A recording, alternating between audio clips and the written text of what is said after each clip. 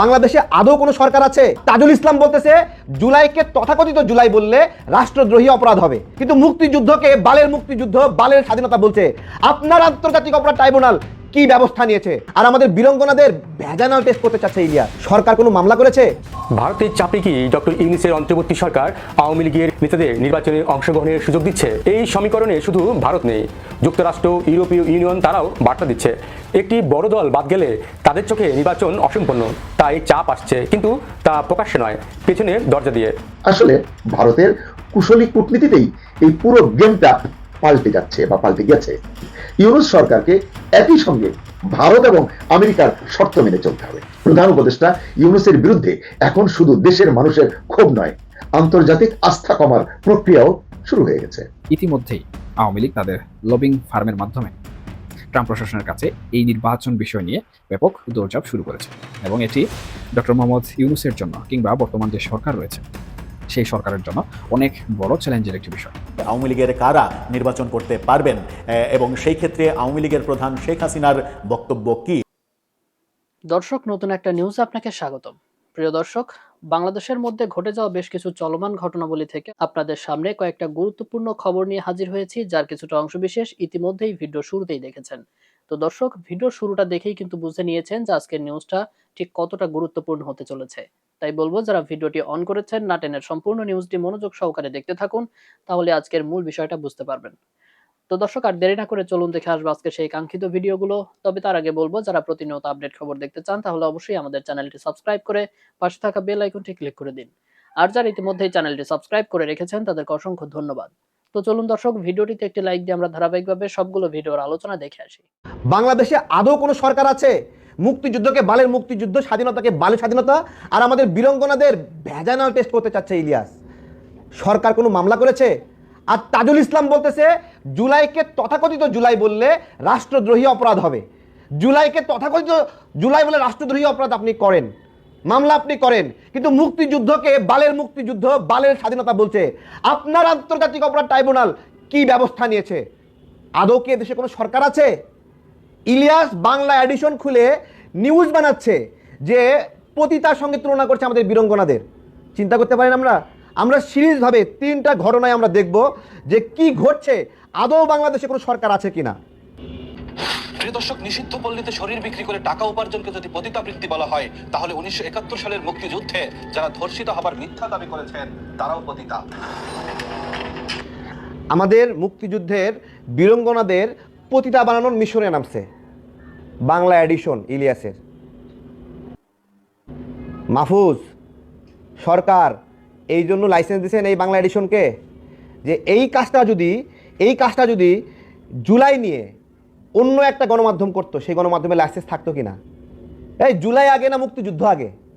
পতাকা নিয়ে আন্দোলন করা, ব্যানার নিয়ে আন্দোলন করা, আর বুলেটের সাথে লড়াই করা, যুদ্ধ করা, বুকে গ্রেনেড বেঁধে লড়াই করা, এক লড়াই, এক যুদ্ধ।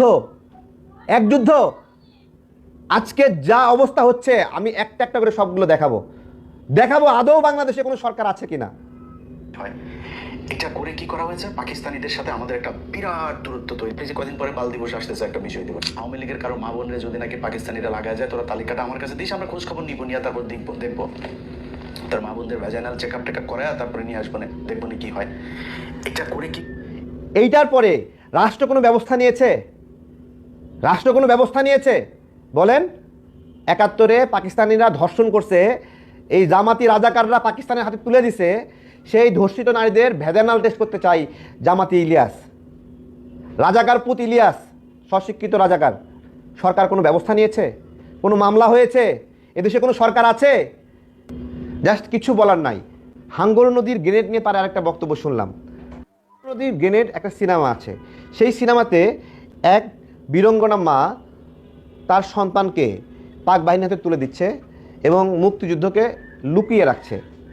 এই ঘটনাকে ইলিয়াস বলছে যে ওই মা মুক্তিযোদ্ধাকে তার গোপনাঙ্গের ভিতরে লুকিয়ে রাখছে। এইটা কোনো ভাষা? এটা কোনো ভাষা? আর এক বীরাঙ্গনা নারী পাক বাহিনীর পুরুষাঙ্গ কেটে নিয়েছিল। এটাকে ইলিয়াস বর্ণনা করতেছে যে ওই মা তার পুরুষাঙ্গ কেটে নিয়ে তার গোপনাঙ্গের ভিতরে লুকিয়ে রাখছে।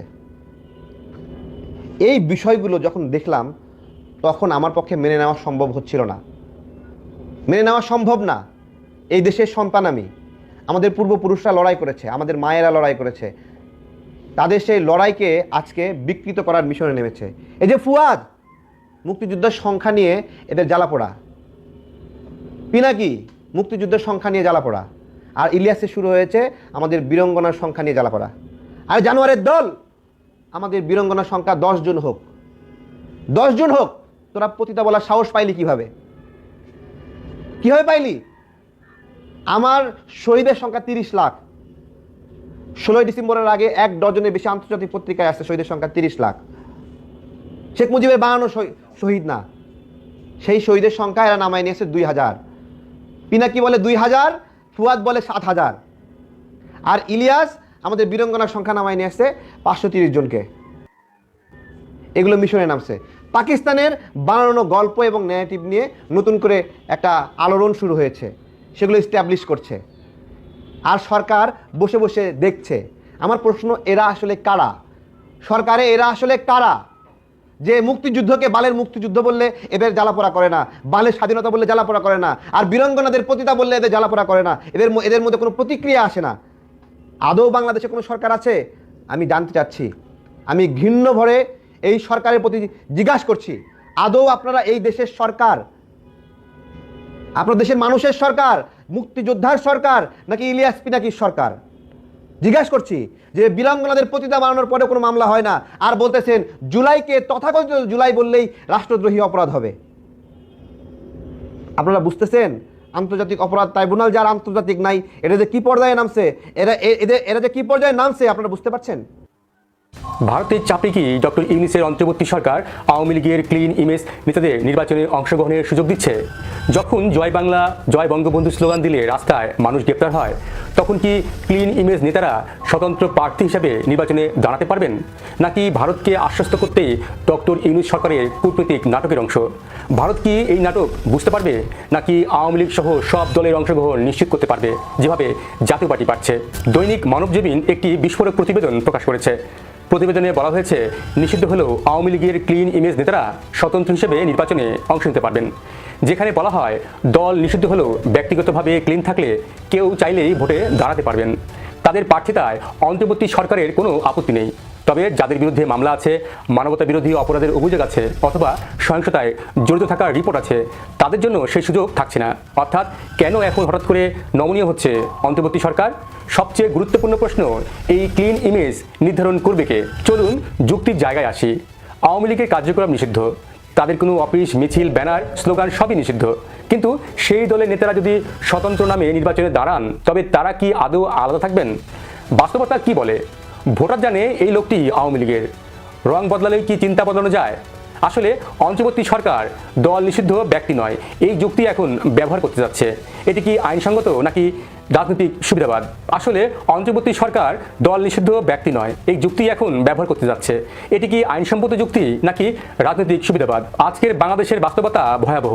কেউ যদি জয় বাংলা স্লোগান দেয়, কেউ যদি বলে বঙ্গবন্ধু, তাহলে তাকে গ্রেপ্তার করা হয়।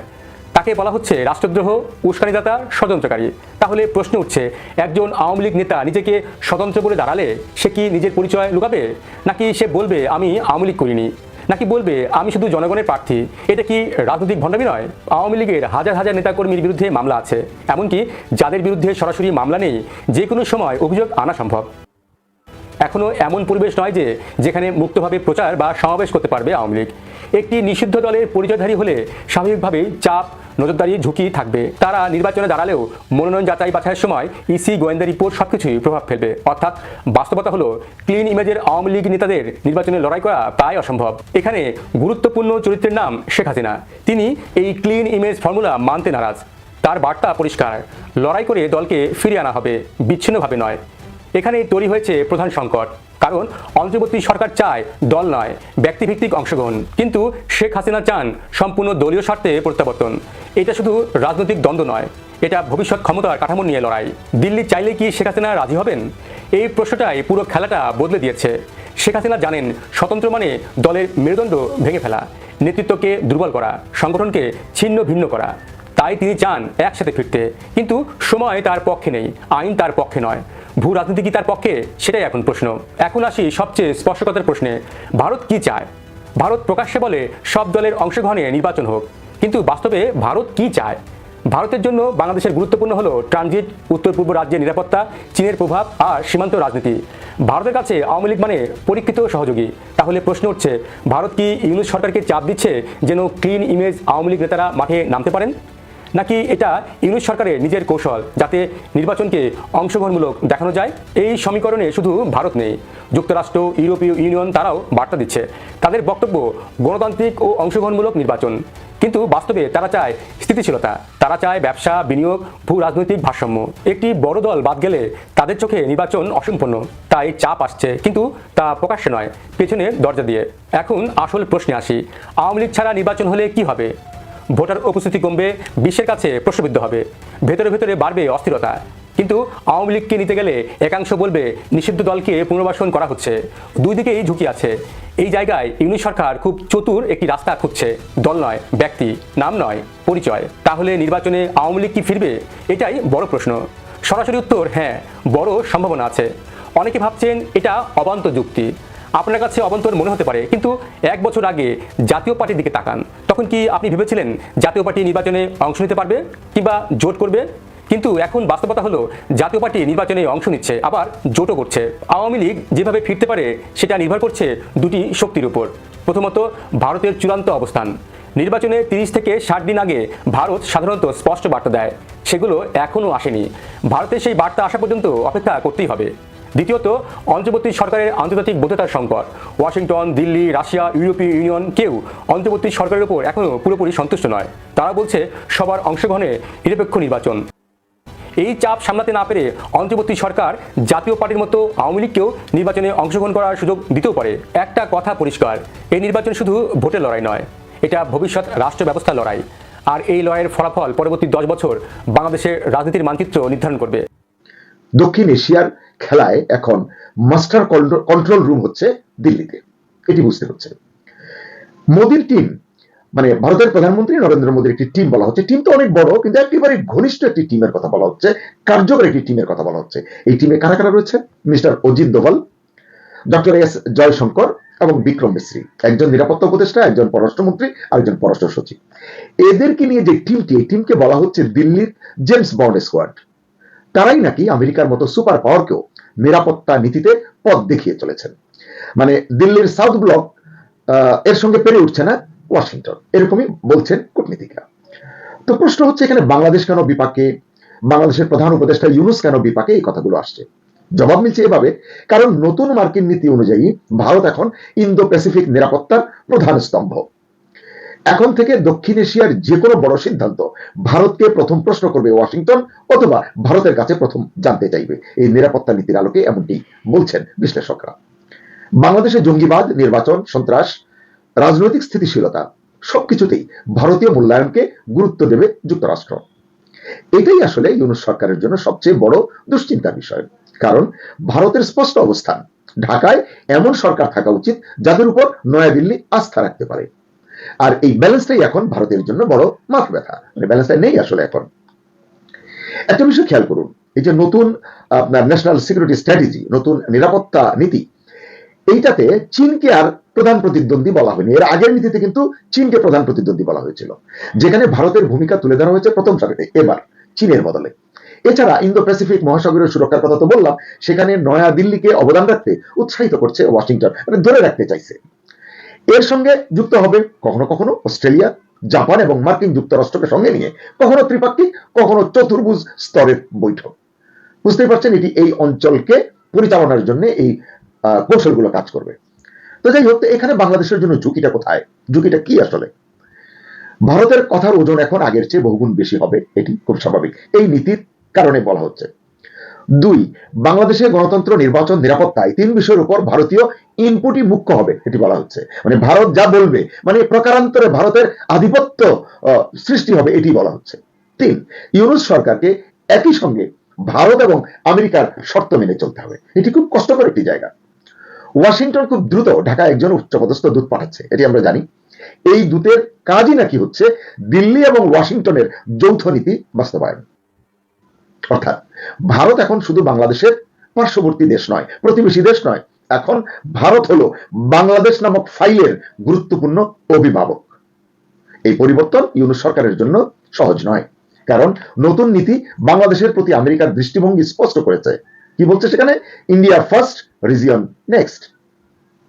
বাংলাদেশ নিয়ে আন্তর্জাতিক অঙ্গনে এই ভয়ঙ্কর পরিবর্তন দেখে একটা কথাই মনে পড়ছে, প্রধান উপদেষ্টা ইউনূসের বিরুদ্ধে এখন শুধু দেশের মানুষের ক্ষোভ নয়, আন্তর্জাতিক আস্থা কমার প্রক্রিয়াও শুরু হয়ে গেছে।